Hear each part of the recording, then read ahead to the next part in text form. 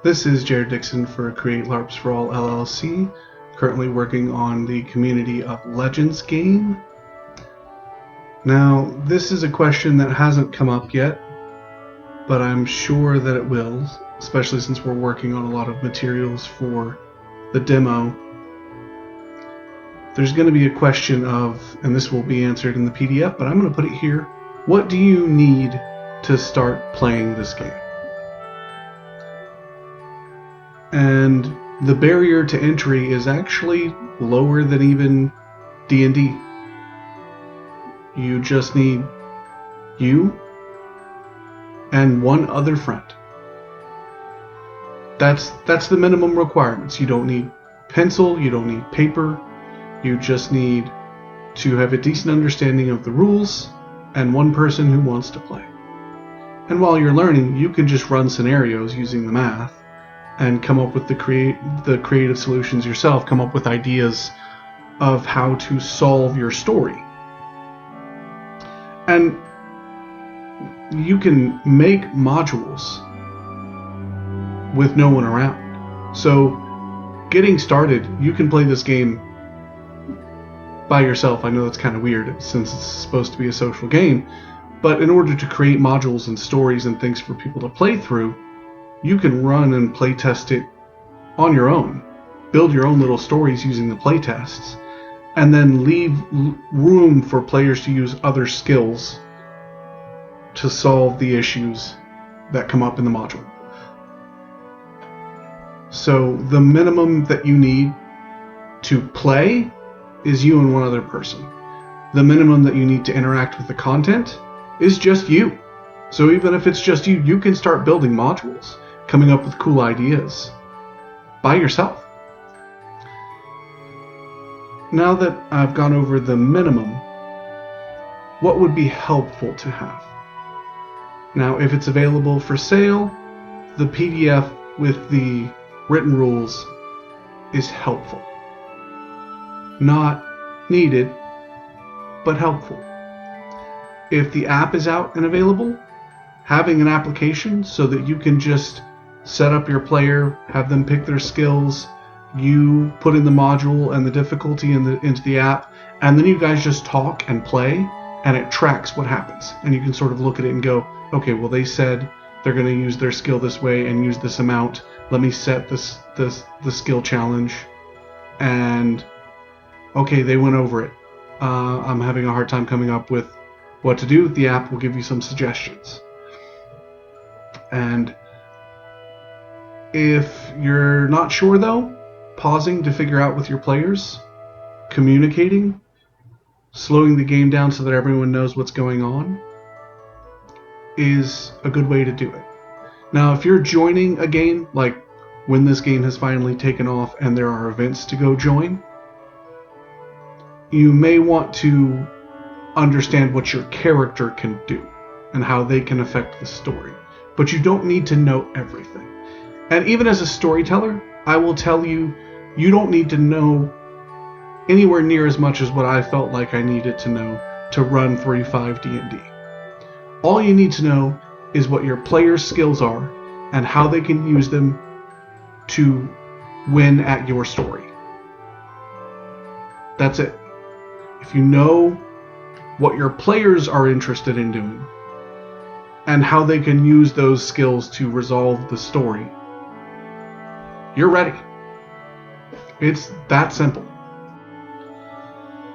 Now, if you run a few games and people are winning at the story and they're enjoying playing the games and role-playing their character, but they want the difficulty ramped up, I've mentioned there's ways to do that. I haven't gone into the specifics on that. And when I do, I will probably go into it a lot, and there will be a lot of these in the PDFs of the game or on the resources, the printed resources of the game.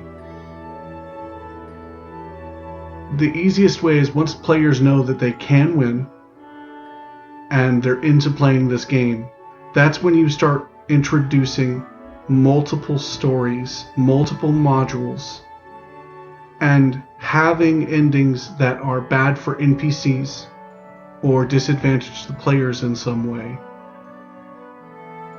depending on their choices. Now, The modules they go to resolve, let's say a fire giant stole something from the warehouse, they should get something cool for doing that.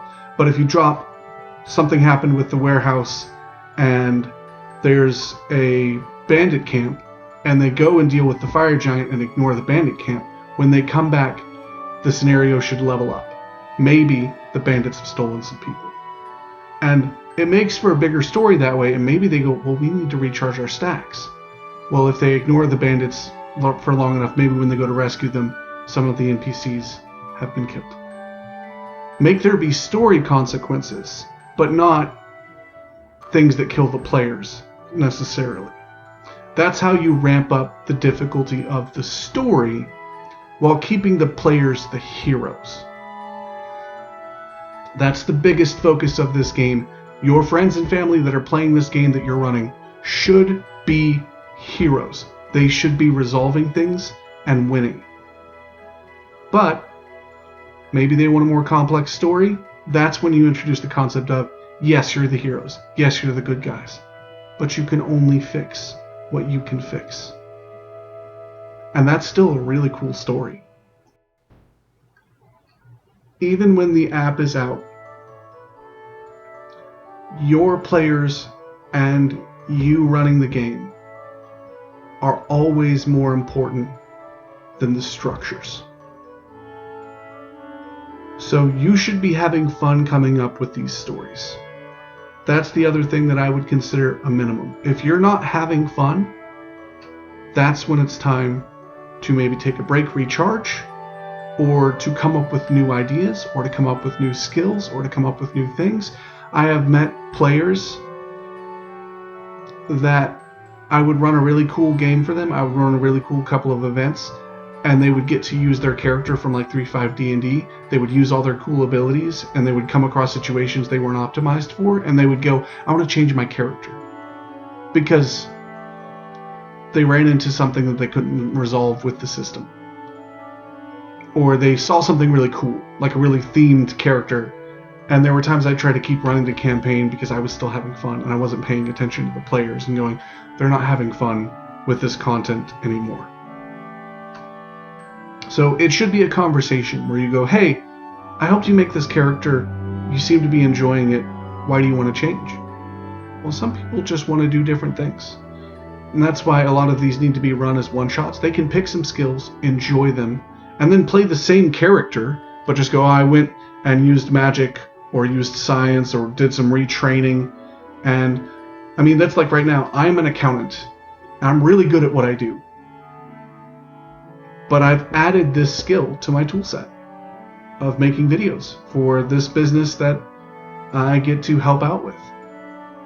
There's no reason why you can't add this to your skill set. You are more intelligent than you probably give yourself credit for. And I believe in you. You can do it. The minimum that you need to have fun, not just with this game, but the minimum that you need to have fun, is you. If you're around, you get to choose whether or not you're having fun. I had fun back in Marine Corps ROTC when I was getting run up and down hills. We played Bull in the Ring, where it's basically a wrestling match with no striking. I'd get beat up, I'd have bruises, having a great time, because I wanted to have a good time. You can have fun doing just about anything, but if you're having fun with this game, most of your players will feel that from you and jump in and have fun with you. And when conflicts come up, unlike other games where the rules are more important than the people, this game, the people you're playing it with and you playing it are the focus and the priority. Keep that in your mind, that one rule, that you having fun and them having fun is the most important rule, and I guarantee you, you will. When I say I guarantee you, you will, for the very literal and autistic people in the audience, overall, over the course of running these games and over the long-term stretch of things, In the moment, there will be times where people think something's not fair. There will be times that people want to try and cheat the system. If you see someone fudging their numbers or breaking rules, stopping the game to have a conversation with them is fine. If that's just who they are, if they're in a phase of life where they're just going to lie and cheat, then let them do what they're going to do, run the story, and then after the game politely go, hey, I'm glad you had fun. I'm sure you had a great time, but you ruined the fun of some of the other people that's here. So until you can deal with whatever's causing this, I'm sorry, you're going to have to find another game or go run your own. This is not the game for people who willfully want to break the rules for their own selfish gain. There's other games for that. There's tons of games where you can cheat and get a mechanical advantage. This is not one of those games. By design. This has been Jared Dixon for CREATELARPSFORALL LLC. Wishing you a very wonderful week. I'll catch you next time.